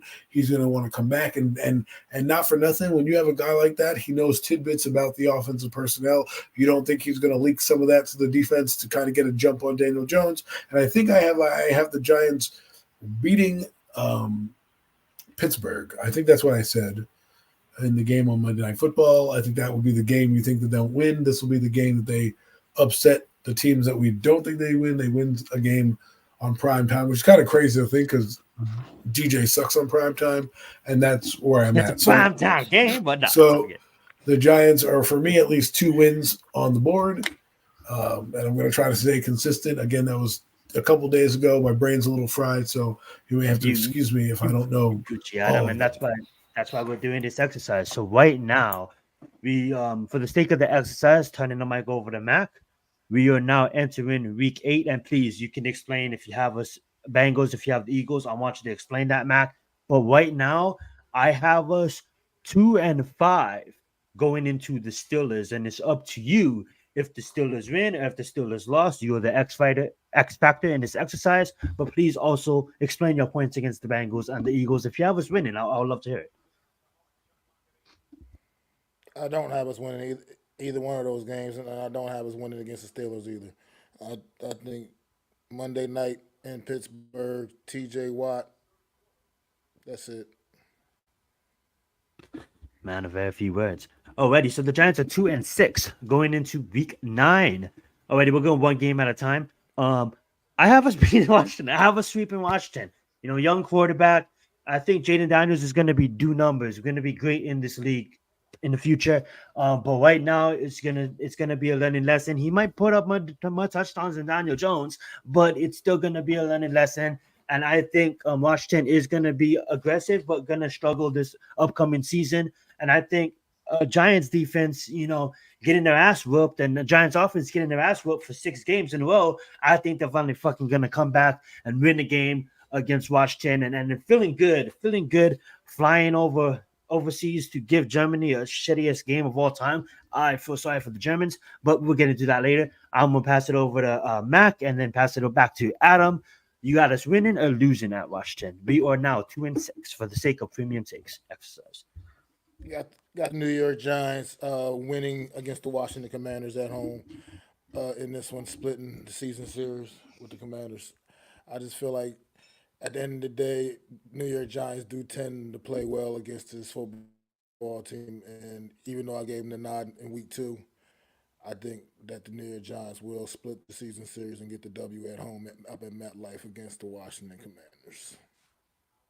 Both said. Adam, what is your thoughts on Washington Commanders?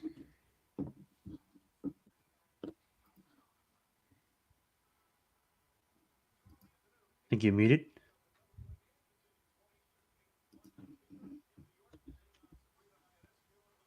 Yeah, maybe he's AFK right now, but we'll get back to him. So for the sake of exercise, we're gonna be 3-6 going into week 10. And I think this is a game we can easily win in Germany. I don't know why they gave the Germans this game. It is pretty sad, you know what I'm saying? But at the end of the day, they get to see Bryce Young, they get to see Malik Neighbors, they get to see Brian Burns, get to see a lot of other studs on Panthers and the Giants roster. With that being said, Sexy Dexy. With that being said, Mac, you have us winning or losing against the Panthers? I'm getting the W over in Germany against the Carolina Panthers. I said this on Wednesday. Carolina is one of the few teams that I can feel legitimately and say that I think the New York Giants are better than. I think this is one of I can't even think right now top of my head of another team that I would just really feel that confident saying the New York Giants are better than on paper. But I feel like on paper, this is a team that we are better, and this is maybe even possibly, depending on how the season goes for Washington or something like that, probably could be potentially the first time we're even favored in the game all season. To be That quite is frank. facts, though. That is facts. So, like I said, guys, this is a different exercise. Because of the fact that we all have to agree and then pick the ultimatum. But so that being said, Mac, and Adam released theirs on the Real Deal NFC East roundup. So you guys want to make sure you check that out every Wednesday. But for the sake of the premium takes schedule release, we are going to be 4-6 going into our bye. Obviously, we got a bye, and then we come back against Tampa Bay. I'm up in the air on this one. This one is really a pick 'em for me. I really can't choose. I think Tampa's offense is scary, but some of their defense does has question marks that I believe that our defense will kind of have that momentum against that win against Washington, against that win against Germany, coming back rested after a bye, might have that edge, but anything can happen. So I am actually gonna leave it over to Mac to make that deciding factor. And Adam, when you come back, please just let us know. But for the sake of this, we are now 4-6 going into week 12. Mac, do we win or do we lose at Tampa? I had Tampa Bay edging us out here in a close game. I'm sorry, I just at home. yeah, yeah, I got Tampa Bay just Tampa? edging the Giants out here, man, and getting the W. Perfect. So now we are 4-6. Was that right? 4-6 going into week 13. We're gonna pass the mic over to Adam. For the sake of premium takes, Adam, we are now 4-6 going into week oh no, sorry, we're 4-7. I apologize. We are 4-7 going into week 13 Against against the Cowboys. Cowboys on Thanksgiving. I Yeah. want to hear your takes and then pass it over to Matt. We're losing that game. All right. I don't think we're winning. I think you guys underestimate how good our offense is. We have three young receivers on the field. We have no tight ends that anybody really cares about. Our running back, while I like him, is really a complimentary back. So you're really relying on a lot of guys that you're hoping to have exponential seasons to really do well. I think the Cowboys are in a different stratosphere than us. They've always done well on Turkey Day, and again, I don't see them. I look at these teams. I told Mac on Wednesday, these teams look at us as a blip on the radar. They just want to check the box and keep it moving because they got bigger and better things to get to. So I think they're gonna annihilate us. So we'll be 4-8 headed down the stretch. Alrighty, so Adam has us for an 8. Mac, it comes over to you, and then for this one, I'll be the X Factor. Mac, do you have us winning or do you have us losing? Actually, this is where I had this actually getting the W. Where I'm totally opposite of Adam on this one. I feel like this is that one Thanksgiving Day, New Year Giants going there to play the Cowboys on Thanksgiving just a couple seasons ago. We all remember how that went down. I think that Wasn't this as close team as we think. finds a way. This team finds a way to get it done. They were competitive, Adam. They were competitive. That's all we're gonna be in this game. Competitive. I love it. And So, I think they find a way whatever. to get it done, man. On this one for Thanksgiving, man, for Turkey Day, and let me enjoy my Thanksgiving for a change. Yeah, you're gonna be choking down your turkey and choking on. Gonna have acid reflux after this game because it's gonna sit Will there. the and be, Giants ugh. win on Thanksgiving? Is the question we have. Why do they gotta here. ruin my Thanksgiving? Like Thanksgiving's And a holiday I love to eat and just be around, but now I gotta be stressed out. I gotta stress eat now. The turkey never goes down as smooth when I have to stress eat. this is a pick 'em for me, and I apologize. I apologize, Adam. I just feel something with this one, with this game right here, and I don't know if Daniel Jones is even going to be the quarterback in this point. You better But hope not.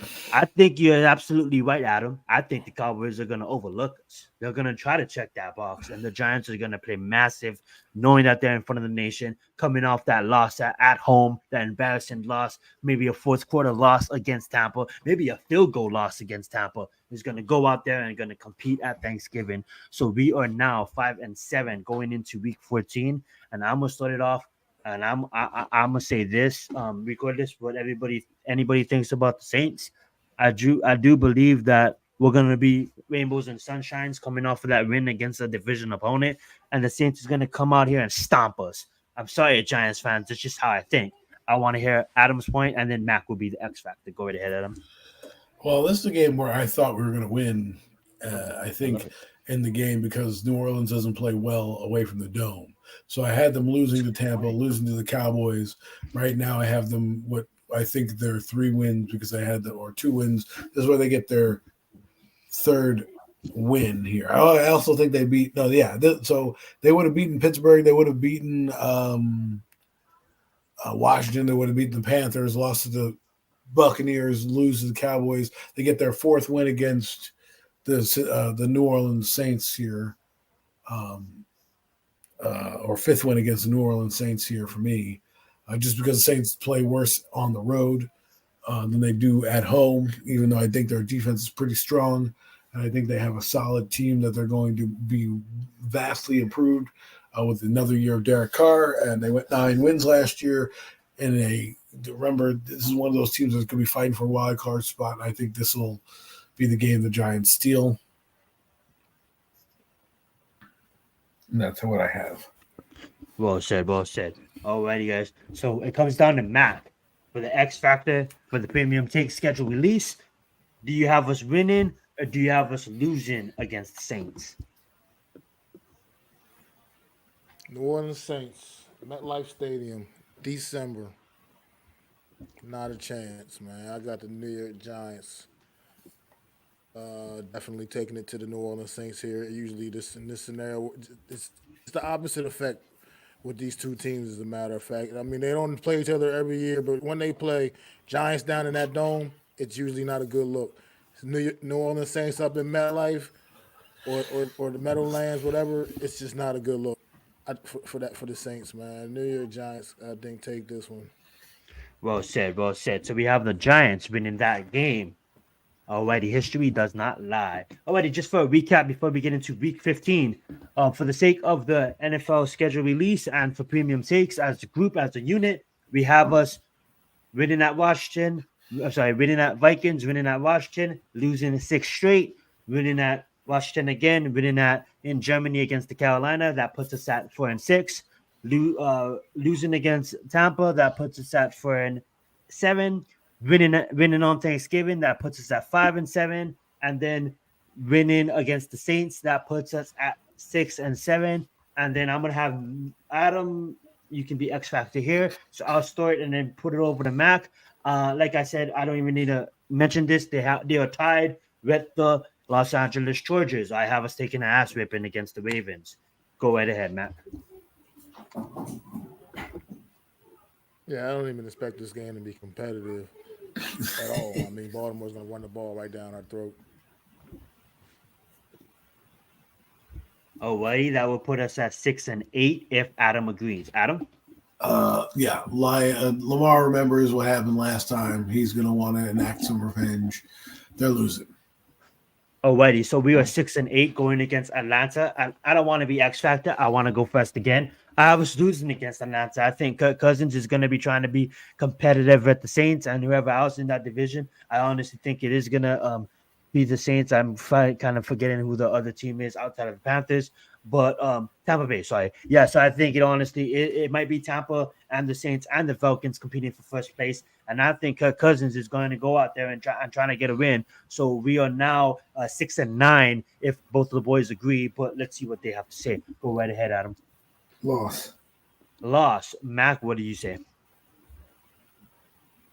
Yeah, I got it for the loss too, man. Too much Alrighty, we are now on that Atlanta team. 6-9. If I have my numbers, am I correct? 6-10. You're 6-10. Yeah, sorry. No, you're right. 6-9 because we have 2 more games to go. Yeah, 6-9. Okay. That being said, guys, I'm gonna have us split in the final 2 games. I don't care where it goes. But that being said, I have us finishing 7-10. I'm gonna pass it over to Mac and then have Adam clear it out. Adam, Mac, what's your thoughts on that? I did have a split in the last 2. I had us beating the Colts and losing to the Eagles. Alrighty, so that puts us at 7-10. Adam is our X factor in this. Do you agree? Do you want to change it? What do you want to do? They're losing both games to end up 6-11. 6-11. Valiant effort by the team, but the Colts are going to be fighting for a playoff spot, and the Eagles will be fighting for the number 1 seed. That's what I believe. So I think I do believe you guys are underestimating how good the Giant defense is going to be. While it's going to be solid, their offense doesn't scare anybody, and I think we haven't done much to improve the offense greatly. And I think these teams have good defenses. Anthony Richardson's going to show you why he was number 4 overall pick, and the Eagles are going to show you why they want home field throughout. So Luke, I love that. I love that point, Adam, and I did want to get your thoughts on it, but I honestly think too that the Eagles might be resting. So that being said, we might beat the Colts. We might lose against the Colts. We might beat the Eagles. But being that me and Mac both agree, we are gonna finish premium takes, not Adams, not Max, not Zion's, but premium takes. We have us finishing 7-10. I know Adam was the last X factor on that, but since me and Mac both agreed that we split, we have to go with the split. That has us Giants finishing 7-10, right outside of the playoffs. Hopefully, putting us in position to try to trade up to maybe get a Quinn Edwards, maybe get a Sanders. Brian Dable's fired. See how Beck is looking. We got Monroe out of Alabama. Here's what I don't want to happen. Dylan Gabriel out of Oregon. Go right ahead, Adam.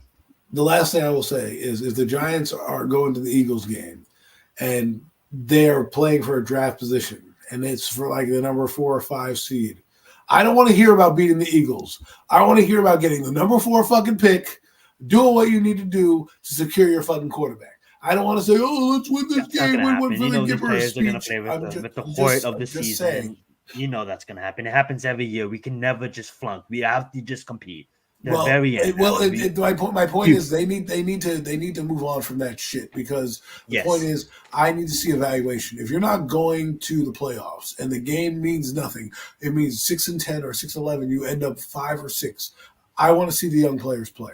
I want to see if Nathan Rourke's on the team, give him a start. If Tommy DeVito's on the team, give him a start. If these young guys are on the team, get them some game experience against a team that's good and not worry about fucking, winning the football game. We all know what the end result's going to be. Brian Dable, your ass going to be fired whether you're fucking 6-11, 7-10, or 5-12. If you don't make it to the NFC Championship game, good night the lights to you. Okay? You're just not going to make it. I would fire you.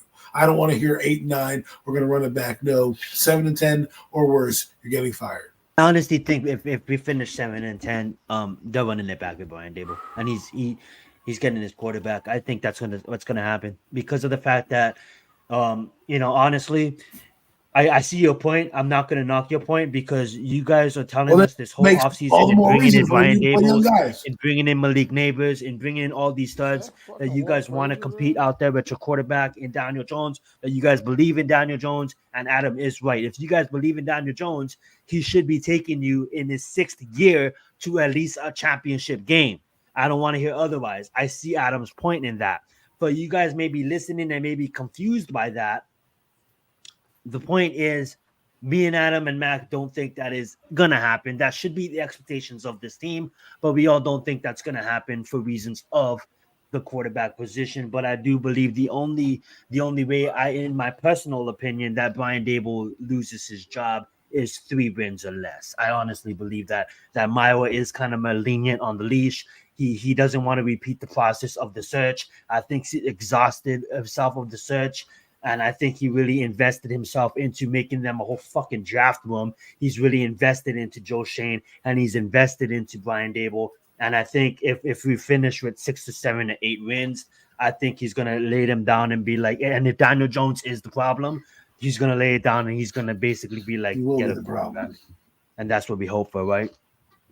But I'm done talking. Adam, you can finish up and then pass it over to Mac, and we'll end this show. Thank you guys so much for watching. Let's get it. At the end of the day, Daniel Jones sucks. He's going to be the X. We talk about X factors.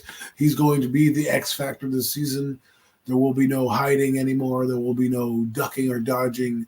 You're get injured. Good night the lights. If you suck, good night the lights. If you don't get 4,000 yards and 28 touchdowns like Baker Mayfield, good night the lights. That's all I have to say about Daniel Jones. He sucks balls. Let's move on. Mac.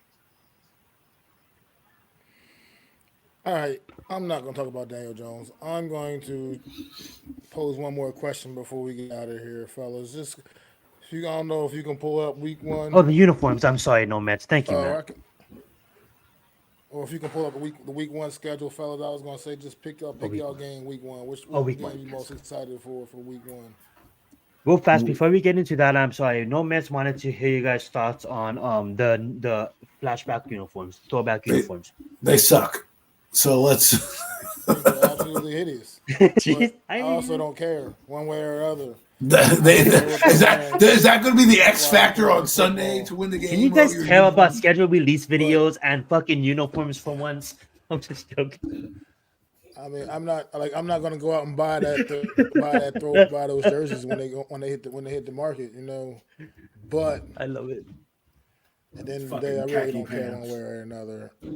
I could care less. These motherfuckers are Shit, my getting paid screen. millions of dollars. They can put that ugly shit on and go play a football game. They don't I I care. don't care. do. I honestly, I love the helmet. I have to be honest with you guys. I do love the helmet. I don't mind the uniforms. I mean, like, I'm just, it's. I'm so used to watching all these NBA teams go out with crazy ass uniforms, and all these college teams go out with crazy ass uniforms, and then it's just so blah in the NFL. And then, like, at least obviously it is kind of ugly, but I just love it because it's different. You could have done so much better for 100 years. That's what you Yeah. give me. Absolutely. That's Okay, what you I give agree. me. Oh I yeah, agree on that. Now I agree, but no, yeah. nobody even was alive 100 years ago to give a shit about this fucking uniforms. They should have made it retro and new and something an alternate. They should have went all fucking black. That's what they should have done. 100-year anniversary. We're going all black because we're killing it. Instead, we go throwback to a dead time that none of us know about. There's not going to be one alumnus from the 100-year anniversary team that's going to be rolled out there on a wheelchair and say, "Here you go," wave to the crowd. No, yeah, the helmet's cool. The rest of the thing can kiss my ass, and that's about it. Alrighty, guys. So I don't know if you guys can see it, but per Max question, let's just discount Thursday, Friday, and Monday. Obviously, if I mean, like, who doesn't want to see Baltimore versus Kansas City? I mean, like, that's gonna be a lovely. But if you guys want to include that with your answer, I'm not gonna complain. I That will is an start with amazing the team. But Jets 49ers. Jets 49ers, that is Monday night. What is your Sunday though? Let's just talk Sunday for now, and then we'll get into Monday, Sunday, and you know what I'm saying. Let's just pick a Sunday game. But if you want to go Jets for 49ers, not going to stop Okay, you. then It I is will week take one. Houston against Indianapolis. That's going to be a fun out. What do you have, Matt? The Atlanta Falcons and the Pittsburgh Steelers. Ooh, See Yeah, I'm that right could be a on you with sharp that how one, shot. bro. dynamic that Falcon offense can Yes, truly sir. be against what we know is going to be a great Steeler defense. Yes, sir. I'm right on that with that one. I mean, like, this is really gonna see they're really gonna white out the gates. I have both of these teams making the playoffs, and it's really we're gonna really get a lot. I'm I surprised like with to that say one we for really you. don't learn anything the first 2 to 3 weeks. But honestly, I have been wrong in the past on that statement. I just think that there's a lot of sloppy ball played in the first couple of weeks, but I do love this Atlanta Falcons versus Pittsburgh game. And obviously, for me being biased, I do have my circle on Chicago versus Tennessee. I do want to see Caleb Williams work magic, and then of course we have that matchup against Los Angeles versus Detroit. That's going to be a fun out because Los Angeles Rams, they're aiming at a Super Bowl. They really are. They believe that they can really make the Super Bowl this year, and it's in their schedule release video. At the end of it, they put New Orleans. We'll see you, and they do a shout out to they're going I'm to be in sorry I Super missed Bowl. that So. video. With that being said, now a non-Sunday game, we do have three to choose from. We have Baltimore versus Kansas City Chiefs. We have a nice and improved young roster with a Jordan Love in his second starting season in the NFL. The Green Bay Packers, that's going to be looking to upset Philadelphia at home. And then we do have the New York Jets versus the 49ers. And I let Adam go first because I think he's going to talk about Monday night. I don't think, obviously, he said it. But Well, go right ahead, Adam. I'm intrigued because it'll be Aaron Rodgers going back to the Bay Area. He hasn't been in the Bay Area in a while. They have real grass. Yes, so that's a good start for them. This will be a good test out the gate for the Jets to really see what they are. And the Jets have 6 primetime games. So, last year they won on a They lost their quarterback, but they won in a last-minute walk-off kind of kickoff. Punt return, this will be their test. This will be the litmus test to really think if the Jets are legit Super Bowl contenders, playoff contenders, or just fucking playing pretenders. So that's what I'm looking forward to. I love it. Mac, who do you got? Thursday, Friday, or Monday? What is your matchup you looking forward? Obviously kicking off the season, man. Yes, sir. And with a bang. You're talking about a game that could possibly be the prequel, so to speak, to what's going to be the AFC Championship game down the road in January, man. I mean, this can't get any better than this. Kansas City, Baltimore to start the season off, man. That's like, man, that's Thursday night games. That's where it's at right there, man. I 1,000% agree, about Matt. two tremendous football teams. The debut of Derrick Henry with the Baltimore Ravens, because I doubt we'll see much of them in the preseason. You know what I mean? So, and then just Kansas City doing what Kansas City. Patrick Mahomes got the new weapon, and the kid they drafted in the first round, the wide receiver, the speedy kid out of Texas. Sure. So, oh my God, let's go, man. Oh my God. Yeah, I'm gonna have to say I 1,000% agree with Matt. We are just on the same page. Atlanta, Pittsburgh, Baltimore, Kansas City. I get it, Adam. I get it. You're just trying to be different. I understand. Houston, Indianapolis, division rivals. That's gonna be super fun to watch. But I'm gonna have to, it's everybody's opinion here, and I'm gonna have to just say we're on the same page with that. Who doesn't want to kick off the season? Where Baltimore Ravens, we got Lamar Jackson that is just coming off of a God damn it, he's going to be mad at Kansas City. And then we have a Kansas City team that's just looking to three-peat. Never been done in the NFL. So let's see if that could happen. And speaking of what Adam chose, it totally slipped my mind that the Jets was relevant because I had them winning everything last season. And I totally forgot about them when I mentioned my top three teams in the AFC. So they'll probably be at number 5 if I really had to even it out. Obviously, I got a tie for third place in Baltimore and the Chargers, and I do have the Jets right there and in fourth place because I do think with the Jets with Aaron Rodgers, we really got robbed last season. Fuck MetLife for that stadium and that turf. Yeah. But that being said, what happened to us? DJ's gonna drop back. Pop.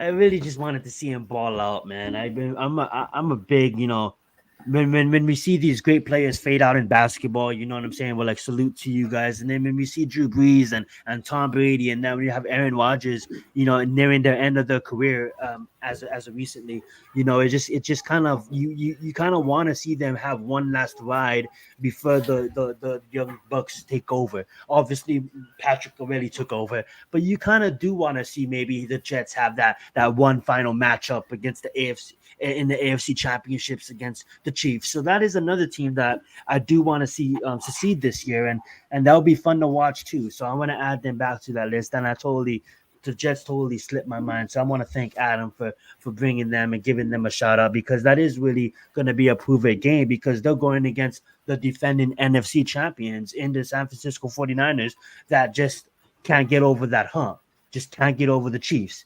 They get over the Chiefs, they're 2-time Super Bowl champions.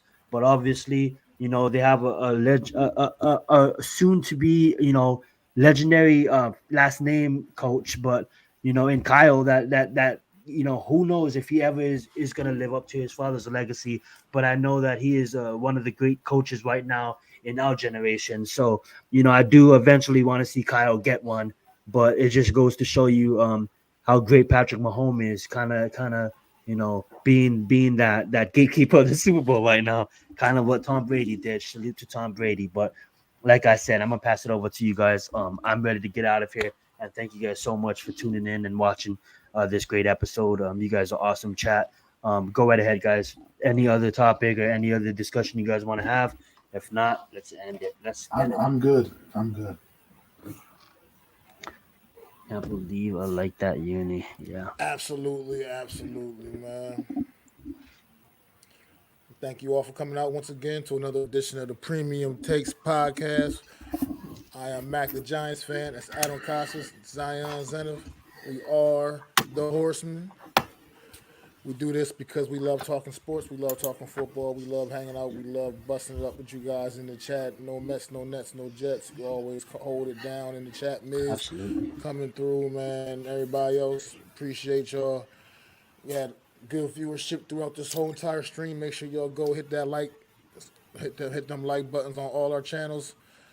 My channel, Matt the Giants fan, AC's Adam channel, Adam Costas, Zion Zenith, Hardcore Sports Network.